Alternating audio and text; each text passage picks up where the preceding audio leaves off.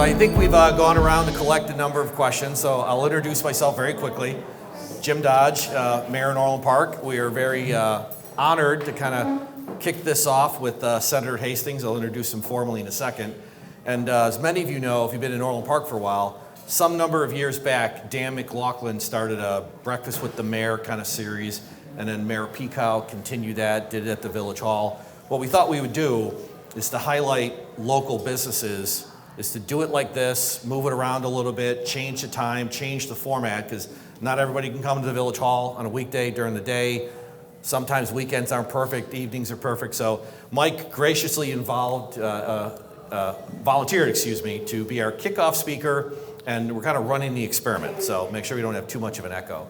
And so I appreciate Senator Hastings being here. It's like, I think we met a million years ago and you're running for school board on 230. Yeah, it's right? been a while. And so I'll give you the formal part of Mike's background. And then what we'd like to do is just have a couple of conversation.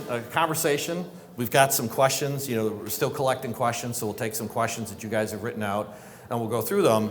And if we don't finish all the questions, Mike and I, while everybody's grabbing some pizza and sitting back down, Mike and I will make sure we come to each individual table and finish that out. So if we don't get to them all, we'll go through and we'll talk about it. So, just briefly, I'm very honored to introduce, I'm going to keep jumping back and forth between Mike and Senator Hastings. So Mike's good. The formalities are Senator Hastings, who I've known for, like I said, more than a few years. I don't want to date ourselves too much. But Mike has been defined by service to country, his community, and then his family. So many of you know Mike is a graduate of West Point, earned a Bronze Star for his service during Iraqi freedom, and one of the youngest elected senators in the Illinois State Senate, which says a lot because the state's been around for a long time. So congratulations on that, Mike. And then since 2012, Mike has worked tirelessly to support working families, improve public safety, expand educational opportunities, and strengthen our communities. And today he's the chair of the Senate Judiciary Committee and continues to be recognized for statewide leadership and dedication. So please welcome in joining Senator Mike Hastings for our kickoff.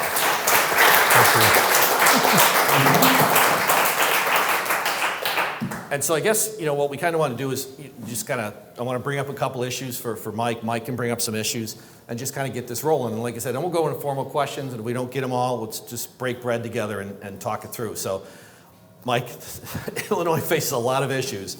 And then down in the Senate, you're coming up on the veto session. So can you talk just a bit about what veto session means and what might be the issues that go through? Well, first, I just want to say thank you to everybody for coming tonight. I know you probably could think of 500 other better things to do at 6:30 in Orland Park than come listen to your senator and your mayor speak, but it really is an honor to be here. I just want to start by saying that. And regardless of what political point of view you may hold, whether that's to the right or to the left, I truly believe that every person in our community really just wants to get something done and they want government to work for you. And in this day and age, the way things are, we've gone on both sides of the aisle, both Republicans and Democrats have gone to the polar extremes on each side. And I think that over the sequence of time, I think our values and our way of working together, hopefully, will come back to the middle to where people can have a decent conversation with people as human beings, not a political party. And that's coming from somebody who's elected as a Democratic senator and somebody who also works well with folks that may not hold the same political view as me. And I'm really concerned about that, and that's part of the reason why I wanted to do this tonight, because our community deserves this. And our community also deserves to see mayors of communities working with the legislature, although we may have differing opinions. And my personal philosophy is that Jim and I may have differing opinions on a lot of different things, but between him and I tell him the blunt, honest truth behind closed doors. You don't ever see me criticizing somebody in public because that does no good.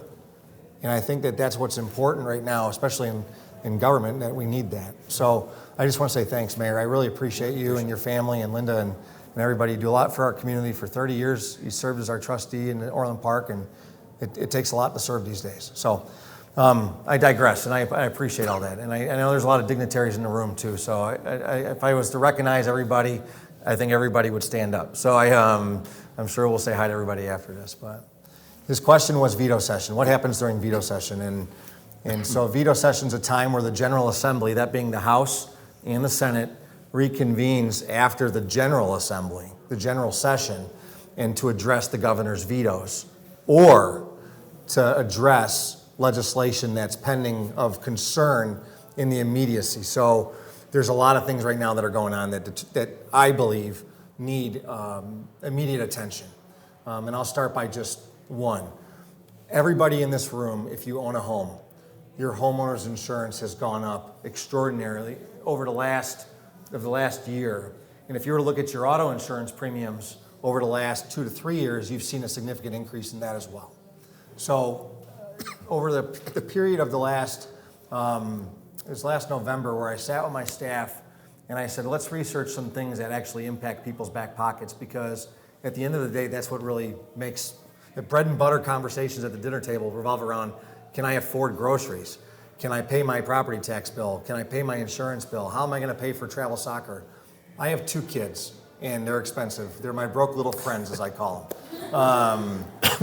And for those of you who have a lot of kids, I give you the God bless you, because it's not cheap. But so in November of last year, we determined that based on the practices of insurance companies across the state of Illinois, that there was going to be a dramatic increase in the insurance rates for various reasons: actuarial values, natural disasters, a lot of other things. In January, I wrote an op-ed in the Chicago Tribune that talked about cost shifting of wildfires in California, hurricanes in Florida, and whether or not insurance companies are passing that on to our residents here in Illinois. And so we embarked on this journey of setting the standards of, this is the guardrail on the left, this is the guardrail on the right. And we brought all the insurance companies in, and at the end of the discussion, one of the key points that was taken away was rates are going to stabilize and rates aren't going to go up. But the Monday after the General Assembly dismissed from Springfield, State Farm raised the rates 27.2%. So in my mind, that was an argument in bad faith, or a discussion in bad faith, I should say. Not by any means of the insurance agents on the ground, but by the corporate practice of saying one thing and doing the next. And so now it's put an immediacy on, we need to do something for public policy, and I've introduced now 3 property tax, or 3 property insurance bills, 1 auto insurance bill, and I do believe that they set the framework for how are we going to address that situation in Springfield. And it's I can go very nuanced, and I mean I could turn into ultra nerd real quick, but I think it's important to know that the protections we put in place prevent people from raising caps or raising their rates 27% on our neighbors ever again, and that's a very good thing. Well, it matters to us too. Yeah. We just went through an insurance renewal, and we were looking at 16% on the health insurance, and we were able to effectively switch carriers. I could explain that later, what we did. We saved about $500,000, but the rates are still 10% higher in health insurance. And we pay plenty of insurance for all of our vehicles. Every time you see a red truck, we have to buy the truck and then obviously insure it. So I appreciate that. So a big issue for a town like ours, especially on South Wolf Road and other parts of Orland, we still have flooding, so still infrastructure issues, there's still roads. And so, Mike, we'll be coming to you formally, right, and say, Mike, we need some help from the state legislature on these kind of programs, because we just went after, some of you live down in the district, you know that we just bought some property down on Wolf Road where the repo lot was going to be. And the decision there was it allows us to get control of the zoning on Wolf Road, because that's been a problem for years. If you guys live out here, you know it's been an issue for years. There's eyesore issues, there's safety issues. But we want to convert that land back to wetlands to help control for some of the road flooding. So could you just talk briefly how budgeting in Springfield, the short version of budgeting in Springfield, and then how a town like us representing the people in the room come knocking on the door, so to speak, to say, we need some help on fixing Wolf Road or 143rd Street in Representative Slaughter's district. How does that work, Mike? So I'm lucky enough. So I went to Andrew High School. I played football, and I coached at West Point when I graduated for a year. So I coached their prep school football team, and the prep school team was pretty good. Our varsity team at the time wasn't that good, but there was one vital lesson I learned, and that was you don't win football games by yelling at the scoreboard. You actually have to have a relationship with people in order to get things done. And I will just say that, sometimes people sometimes may destroy a relationship. Sometimes people may build a relationship. And when you destroy relationships, things don't generally go your way. And unfortunately, for certain projects, in whether it's Orland Park or throughout the south suburbs here, and there's a couple other towns that may have what I call relationship issues.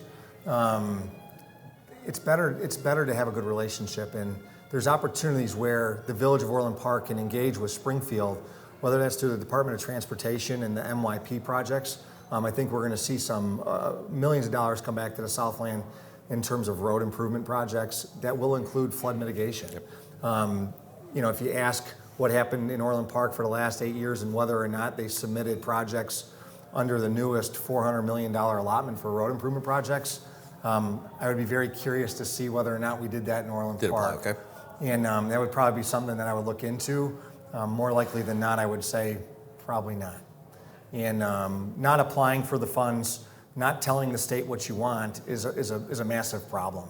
If you look at 143rd Street, if you look at 159th Street with the development over there, those are big road projects that we were able to get accomplished with state funds. And it's matching government, local funds as well. But if you don't ask, you don't receive. Right. And a lot of that is on relationships. And we also have a lot of other buckets of money that we draw from for infrastructure. So capital improvement money, that's important, whether it's a bike path or whether it's a side street. These are opportunities where relationships matter. And luckily, Jim and a lot of other people on the leadership team here have those relationships. We're going to keep working on them. Yeah. By way of, I'll just give everybody a quick example. If you could picture 143rd Street from where it intersects with Southwest Highway to Will Cook, the county boundary, that project in its totality is dangerously close to $85 million in total. Because there's a swamp, so you have to effectively build a land bridge, that low part where it floods just west of Wolf. And so a municipality can't possibly do that. It's partial county, partial state. So what you have to do at the municipal level is kind of stack up the cooperation between all the levels of government so you can secure the funding. The state doesn't have $85 million laying around, so there's always plenty of worthy projects. I can't imagine how big the list is. So here's a good example. So I-80 on Route 30 over there, if you guys travel west to the courthouse over there, that interchange is a combination of local, state, and federal money. It's $80 million on a low end, but it just takes that coordination from the state, the village, and then the federal level to make all that happen, because making an interchange isn't the easiest thing. On 143rd Street, however, that's something where we can go into a direct conversation with IDOT and say, hey, look, we want to put this on the master plan, the 5-year master plan. How do we get it on there, and how do we accelerate it if possible? And then how do we fund it with other mechanisms as well? And that's a function of experience, too. You have to have experienced people that know what they ask for and how to ask for it. Me being in Springfield for a little bit and Jim being in government, I think this is going to be, there's a lot of potential here for great things. We're going to keep doing it. And so the other big project, since you're on judiciary, I think you touched this. You could look at the data, and the data would tell you that crime of various levels of intensity is trending down. Now, there's plenty of people who would contest that idea, because I think the belief is crime is not trending down, or we can all point to somebody in our lives who might have been victimized by crime. And so recently I had a conversation with the new Cook County State's Attorney. She's got some innovative programs going, and many of you know Joanne is currently a member of the State's Attorney's Office as well, so very proud to have her here. Mike, what's going on in Springfield around, I hate to give you such a big target like crime, but it's on everybody's mind. Let's talk about what concerns people. Cashless bail has been a big issue. There's pros and cons to cashless bail, and there's been a lot of rhetoric in the newspapers towards it. I'll just say that sometimes folks that have the means and the resources to provide a bail have the ability to do something in pen trial and be out in the community because they posted bail. And then there's the have-nots. The have-nots don't have the money to post bail, and they'll sit in a holding cell or jail, whatever that may be, for quite a significant period of time. I really think that this aspect of cashless bail that I'm about to talk about is very important, is that we shift the onus to the state to say you deserve a detention hearing on whether or not you're going to be detained. You have to make the argument of, are you pose a threat to the community, yes or no? And the judge is going to have to make a decision. Now, judges are on retention, 6 months or six-year retention cycles. And I think it's important for folks to say, hey, are you a dangerous criminal, yes or no? And the judge will say, yes, you are, yes, you're not, versus somebody paying a bail and getting out and doing what he wants to do, or she wants to do for that matter. It's extremely controversial. It really is. You look at it at the presidential level, you look at the local level, and this is a debate we're going to have. And when we release people on electronic home monitoring, I think it's very important to be cognizant of, are we really able to track people on electronic home monitoring? And for those of you in the room here, I see a lot of up and downs, I see a lot of side to sides, but I will just say that that program is vastly under-resourced, and it's not assigned to the right responsible party.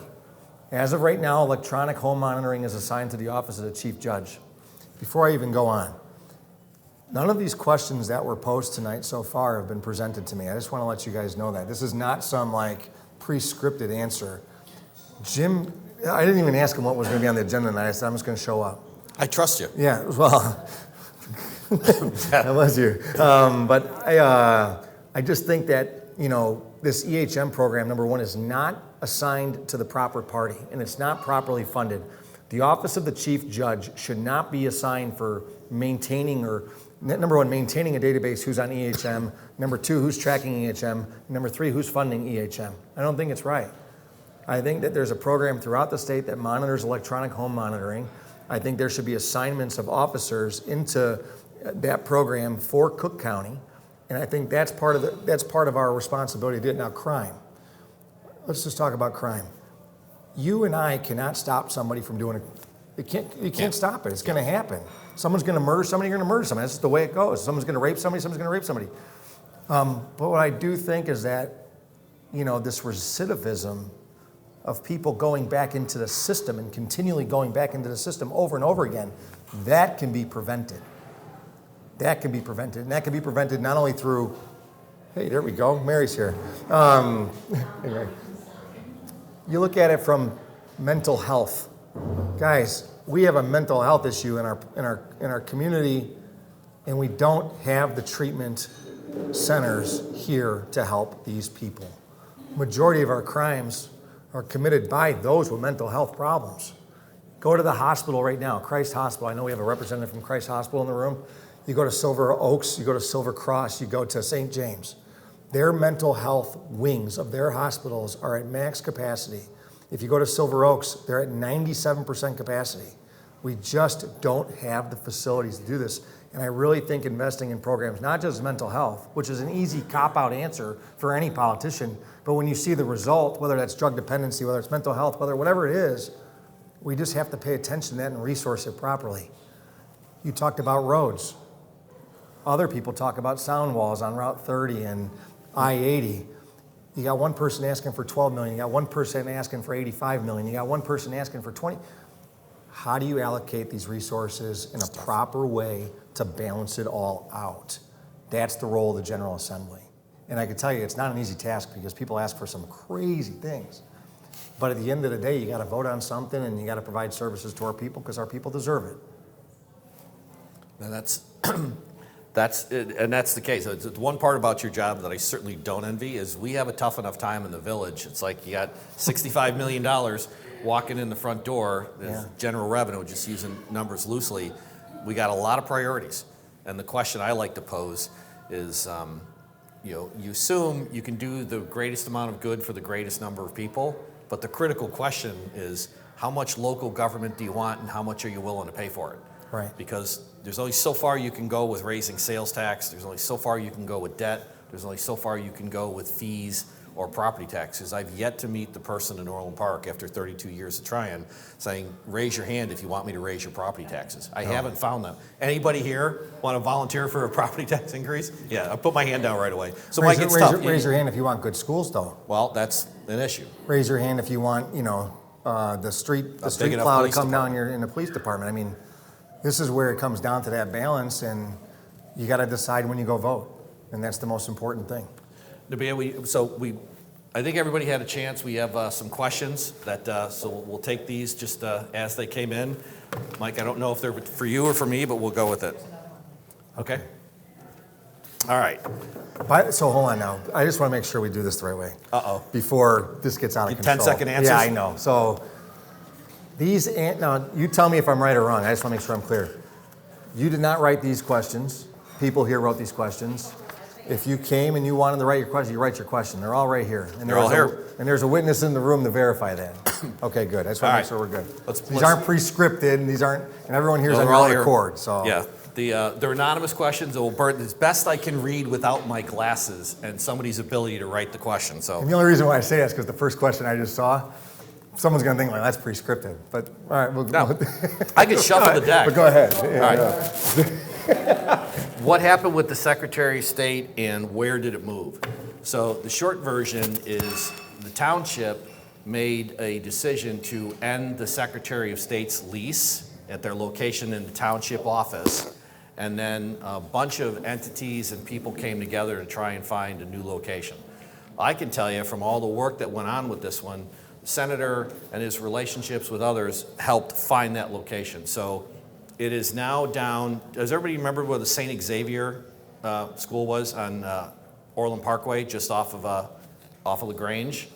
CTF is a charitable organization that runs that. Mike, I think you know them pretty well, and you were instrumental in pulling that together. So if you want to finish that story. First, the decision to close the Secretary of State's office, the gentlemanly thing to do is not to criticize people for their decision making, because I don't think that's going to do anybody any good. I just don't.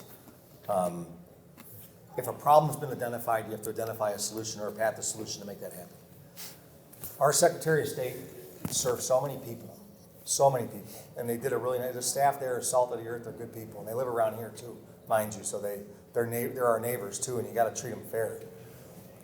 We looked at a lot of different locations. Now, Alexi Janoulias and I have known each other for quite a while, so it's nice to have that relationship. But CTF Illinois had purchased St. Xavier University campus.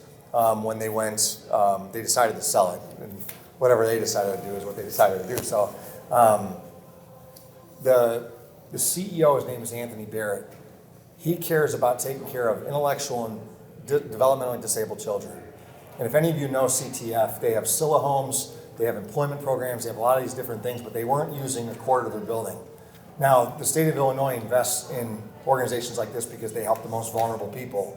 And I will just say, if you don't believe in taking care of the most vulnerable people, the alternative is not taking care of them and see what happens. And this organization does a great job at that. So we're going to be, we have a couple different things we're working on them with, just to assist them in their process of helping these folks. But when I walked in there, I said, you guys have a quarter of this building unused. I said, would you mind if we use it for just a little bit? And their mission is to help people, and they've been given so much. His corporate responsibility was to give back. And it also helps that the CFO is a very dear friend and also a local resident who understands what it means to give back. So when these decisions are made, it takes coordination from the local and the state level to make this happen. And when we approached Jim about it and we talked, say, hey, can we do this traffic-wise? Can we do this safety-wise? Can we do this, all these different things we can do. If you've had to endure the last decade here in Orland Park, it's nice to have somebody say, we want to partner with you. That's a big deal. And I'm not blowing smoke up Jim's butt. I'll be the first one to tell you that. Because I will blow it at him, too. Yeah, there you go. But it's just a good partnership to have, and our residents deserve it. No. And we got it done, Jim. I'm very happy. And just a very short story, we'll go on to the next question about Wolf Road, is in collaboration with all the moving parts here, village staff went out and put those speed bumps in there because that was one of the concerns brought up by CTF to make sure people weren't racing through the parking lot to get there at 4:55 to get to the sticker line. And then we also helped trim some of the trees and put a sign up to make sure people can find it. Now that it's here, we want to make sure they can find it. Some other cool Secretary of State things. So we're working on a permanent location. I just want to make sure it's not going to be at CTF permanently. That's a temporary I location. want to be very clear about that. We're working on 2 locations right now, and whether they turn out to be good or they turn out to be bad, we'll see. But I will say I am optimistic about one of the locations. We want to make the next Secretary of State's office a Secretary of State's office of the future here that could be an example for other Secretary of State offices across the state. And that includes, everyone likes or hates the appointment line, okay. We acknowledge the fact that weekend services are important because people work during the week and just can't get their driver's license there.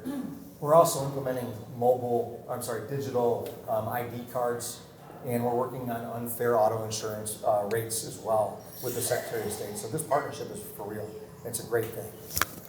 And I expect to announce something here within the next 6 months. That's my goal, and I know it's the Secretary's goal as well. All right, so I did a quick preview. We're going to be able to get through, I think, all the questions. There's only 2 duplicates, so we got a pretty good range. All right. Well, and like I said, if we don't get to them before they serve the pizza, I don't want to be the guy standing between you and a bite to eat. So I'll take this one quickly. What happened to Wolf Road and the repo lot? So for those of you that are down here in South Wolf, when all of that came up, it was grinding its way through the Cook County Zoning Board of Appeals. There was some risk that the Cook County ZBA would approve it because it's unincorporated, it's their purview. None of us like the idea. Let's just face it, that the idea of a repossessed auto storage lot just didn't strike anybody's fancy. And so what the village board did is we bought the property. Now that had a couple of immediate impacts. One, it just stopped the idea of the repo lot cold. And two, and a broader play, which we're working through with the full board, is it allows us to then go after properties that need to be cleaned up, like what used to be the El Cortez restaurant. And there's some other zoning issues in the area that we're going to clean up. So that allows us to go after that property and get it under Orland Park's control. So I can fill out that answer when we get a chance. Let me read the question. As a way of creating unity within a Christmas holidays, be possible to have floodlights on water towers, and with the celebration of the holiday. So I'm trying to read this fast. Just downtown area. I think this could be done. Lots of work. Lighting up our assets like the water towers and downtown. One of the things that I would love to see at the downtown center when it is finalized is what I'll call a proper Christmas market.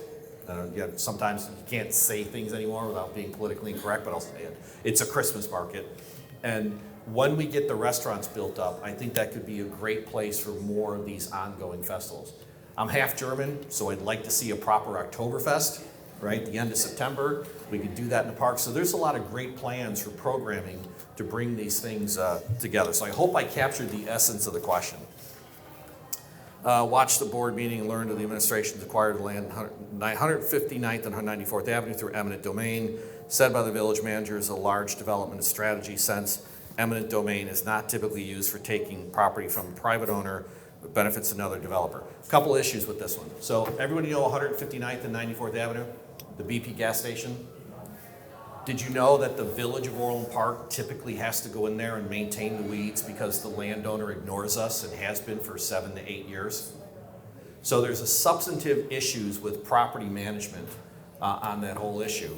And there's been proposed developments in the area, and do you do a great big new development behind it, and then you have an abandoned gas station that's likely to be abandoned for another 8 years and potentially another coffee shop?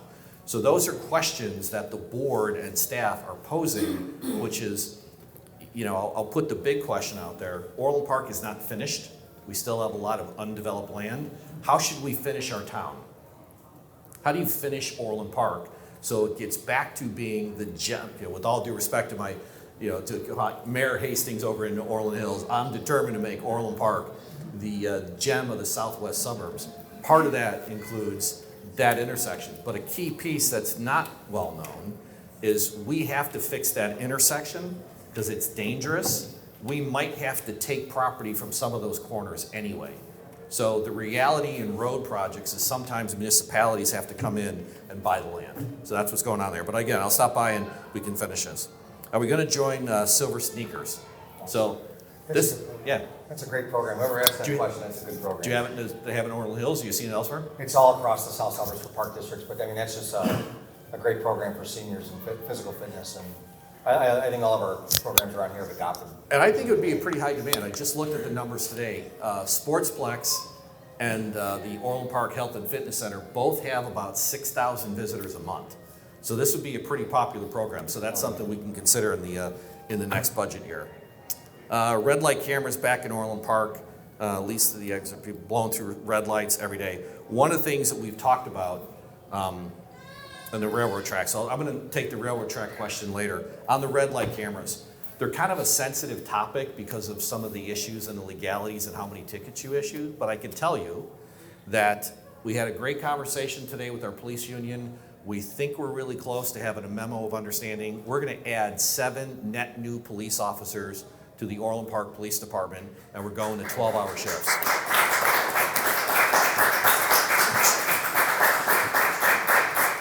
And the other thing we're working on is, to be blunt about it, I remember what it was like to be 17 and have too many horsepowers under the hood.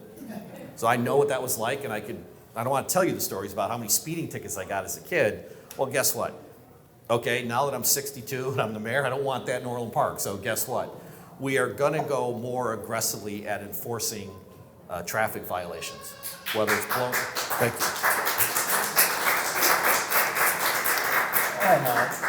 Now, if you get a ticket, don't be crying. I just want to Yeah. make sure I saw you. It's we've got too many. There's too many people now with really high-end automobiles, and 100 miles an hour happens like that. And 171st in LaGrange to 179th in LaGrange is some nights a drag strip. Yes. So we're going to go after that.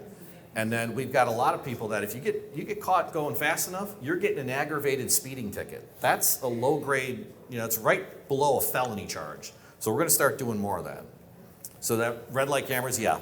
Not necessarily red light cameras, but more flashing blue lights. We can promise you that one. Chamber celebrate closely with offices to enhance advocacy and ensure members' voices are heard at the local and state level. I think, Mike, that's a question for you. For the Chamber of Commerce, representing small business, I'll let you take this one. I think the chamber represents Eric. You raised the roof. I saw that. That was good. I haven't seen raise the roof in a long time. So the question that I have is the state has a lot of these resources, whether it's through the IDFPR, which is Department of Professional Financial Regulation, Department of Revenue, the Attorney General's office. The state obviously touches everything in the state. The question is what do you want to see more of? So if consumer protection is something that's of interest to you, we can host a joint Attorney General Senate office event. IDFPR, we deal with this a lot with some of our regulatory folks. We have a lot of estheticians in town. We have a lot of doctors in town. We have a lot of things in town. Having somebody out here to navigate that process, we could do that as well.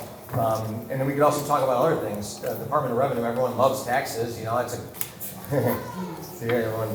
Where's the tomato thing handed out earlier? I didn't see him. But the Department of Revenue can come out and talk about various filings that people have trouble with. We do a lot of those things just regionally as well. Orland Park is one of those communities where it's big enough to have it as their own event, which is great. But we've done that in the past. The director of revenue actually came out, and we really had a nice conversation, which was good. And some people didn't like what they had to say, but at least you heard it from the horse's mouth. So, but if you have any ideas, I know you have a lot of them, and I love the chamber because we're members. I think my check just cleared, if I'm not mistaken. If we could be of service, just tell us what you'd like more of, and we'd gladly accommodate you.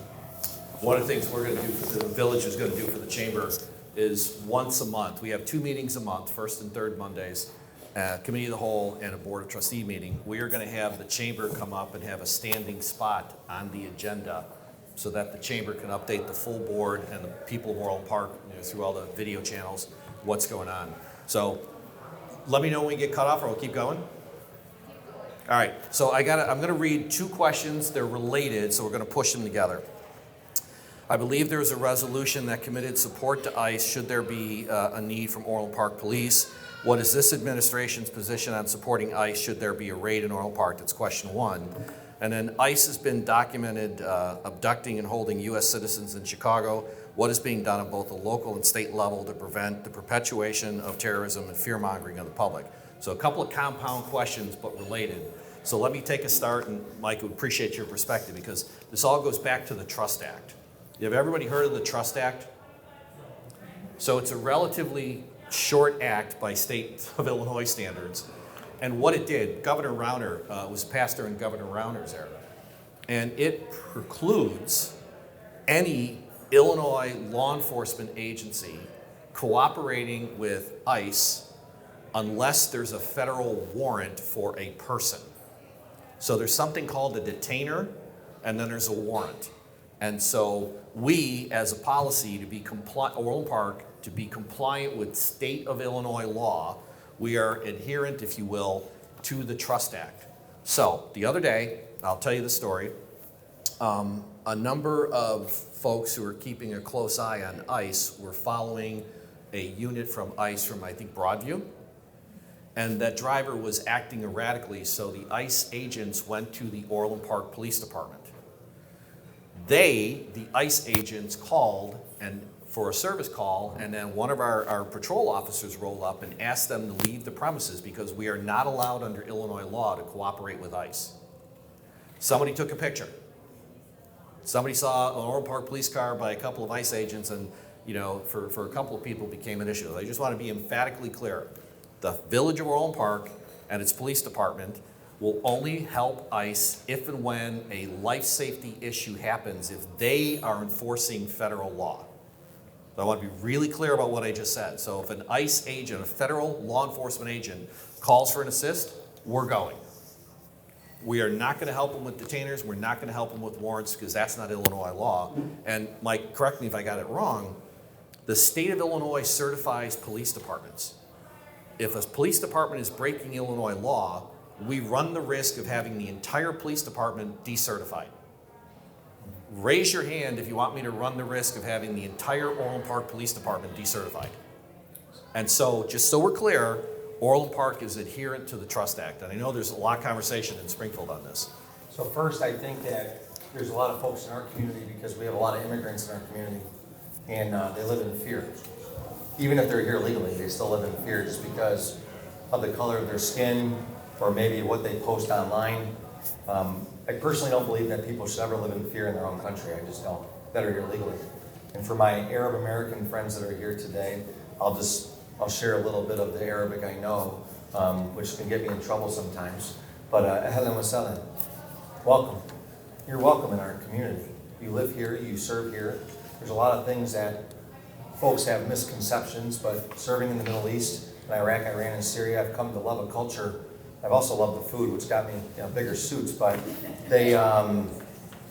people should not live in fear. Second, in order to be detained by a federal law enforcement agent, you have to have probable cause. You have to have a reason to be detained, let's just put it that way. You just can't round up people off the street. And if you do, we'll have every civil rights lawyer here in America making millions of dollars off these cases in about 4 years. Let's be very clear about that. I disagree with the tactics that are being used. I just do. As a member of the military for 10 years, there's certain ways you go about the way you conduct your operations. Now, is there a reason why folks conduct their operations the way they do? Yes, there is a reason. Am I going to sit here and articulate someone's political point of view? No, I won't. But what I will say is this, is that if somebody's here and they're going to enforce the law, they're going to be detained. The number one thing I talk about is knowing your rights and knowing who to call. There's certain areas of the city where ICE won't go into because the community knows their rights. So if you haven't looked at some of the operations lately, they've gone to different communities where it may not. Bottom line is this, is that we're living in a wild time right now. A wild time where people express their opinions in a way that aren't constructive. And I think until we realize how to talk to one another and how to communicate with one another electronically as well, I think we're going to have some rough times, but I'm confident that we'll come back to the middle. I'm very confident in that.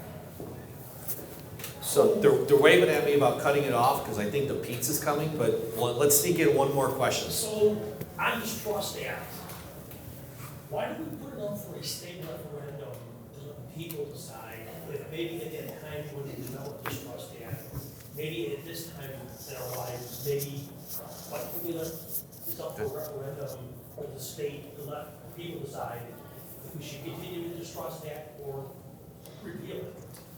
So number one, there's only a certain amount of referendum questions you can put on the ballot for a ballot question. I just want to make sure that that's established. Two, in order to do so, legislation will have to be introduced and will require a supermajority of the vote in order for it to pass.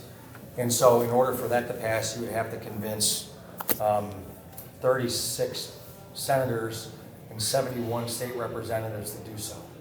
And it would take a massive effort, not from me, but from community groups in communities across the state of Illinois to urge them to pass both chambers and to get the governor to sign it. This bill was passed in 2016, 2017, if I'm not mistaken, 2017, and I voted in favor of it. The federal government's going to conduct operations in the state of Illinois, and they're going to depend on local law enforcement to enact and to enforce their policies. I think there's an issue with that. Now, if there's a public safety issue to where an officer becomes in a compromised position where they may lose life, I think it's extremely important for a supporting agency to respond. In the military, it's the same way. We respond to Marine Corps folks that are on the ground. We respond to Navy folks that are on the ground. I think that's the right thing to do. But their jurisdiction is ICE, is what their jurisdiction is. It's not the local law enforcement's jurisdiction. And that's part of the reason why I voted for it. So I got people's choice. What's going on with downtown, or two questions related about getting young people involved in politics? I choose downtown. Downtown? Yeah. All right, so I got one vote for young people. All right, so, well, all right, three. So it's a hard issue, and these two questions that were posed are, what can you do? Education expenses are soaring. In fact, I think faster than healthcare, education expenses have taken off for the moon. So that's a problem. It leaves a lot of young people in debt, which impacts your community. Well, who do you want to move in when you want to sell your home? Right? You want a young family to move to Orland Park. Well, if they can't afford it because mortgage rates are crazy and the prices are high, et cetera. So it matters. And so one of the things that Orland Park is trying to do, and I'll turn it over to Mike while the pizza's getting queued up, we just passed a responsible bidder ordinance which supports with public dollar those firms that have apprenticeship programs, because it's another viable path to a great career that's not necessarily college educated. We just started an internship program where we hired a number of great folks that are just out of college or in their master's degree trying to get some work experience, because work experience matters. So we're trying to do what we can in Orland Park to kind of help with some of these things. And then with that, Mike, this is a big issue in Springfield, I'm sure, in terms of cost. Yes, so education alone, higher education skyrocketed. So number one is that Illinois kids don't want to go to Illinois schools anymore. They want to go to Iowa or down south to Alabama for various reasons. The weather is one of them, but two is the cost. And you guys go to Alabama? I saw some young folks in the room. Georgia Tech, the Ramblin' Wreck. So I heard a Roll Tide. Okay. The bottom line is that some of our schools are so expensive. And U of I is probably the main example of that. And so one is accessibility. Is an Illinois kid going to get a first look versus a kid from Indiana? I think that's extremely important, and we prioritize that. Number two, it's not easy to apply anymore to some of these colleges. Streamlining the application process is the second thing that I think is probably, and then the cost related to it is expensive as well. Number three is that what do our schools actually have to offer? If you go to Andrew High School, you go to Sandwich High School, Stag High School, you can get a great training in voc tech. You can get great training in whatever you want to do. The world's your oyster at these high schools. But if you ask Governor State, what am I known for? What's Governor State known for? That's a question that a lot of folks who are in this room don't know. Is it good for social justice? Is it good for counseling? Is it good to get your PhD program? Those are three good ones. But what's Eastern Illinois known for? What's Northern Illinois? Do we really have these specialty schools? And that's something that our presidents of these colleges have been tasked with. Find your identity, you better find it fast, because the money is finite. So fix it. And I think I met with the president of Governor State University last week. We had this exact discussion. Tell me what you want to be known for and tell me how I can help you, please, because we deserve it. It's an exciting time. We're lucky we have a chairman of the Moraine Valley Community College Board and a trustee here today. On 179th and LaGrange Road, they determined that that is going to be a facility that's going to be a nursing center of excellence. When they determined that, when they came up with their vision of how they wanted to do it, they came to Springfield, they presented it. They said, okay, well, how much money is this going to cost? $1.5 million. Let's figure out a way to find $1.5 million out of $55 billion. And we found it. and it's gonna be open. If every college in Illinois can do that, and tell us what you want, how you wanna get there, you have a lot of partners in Springfield that are willing to do it, and people like you who wanna come and go to school there, and that's what we want. We really want that. I don't want you going to Georgia Tech's a great engineering school, and you also beat us in football for my alma mater, but I ain't leaving that. The bottom line is that you should be able to get the same quality education here in Illinois. Yep. I think the food is here, so what we'd like to do is we'll kind of end this conversation, but Mike and I will work the room, because there's still some questions that we haven't gotten to, so I want to make sure everybody who has a question, we get them answered, and if there's a follow-up question, we happen to. So if you don't mind, a great round of applause for our Senator. Thank you, Senator. A quick advertising plug, because if our office could ever be of service to you, for those of you watching online, our number is 815-464-5431, and you can go to senatorhastings.com and you can send us a message. We get a lot of great messages, some not so great messages, but we're there to help. That's my job. Whatever people say, whatever people perceive, our job is to help you, and that's my goal, and that's why I continue to do this. So, Mr. Mayor and the village staffer who put this on, thank you very much. All right. Really appreciate it. Thank you. All right.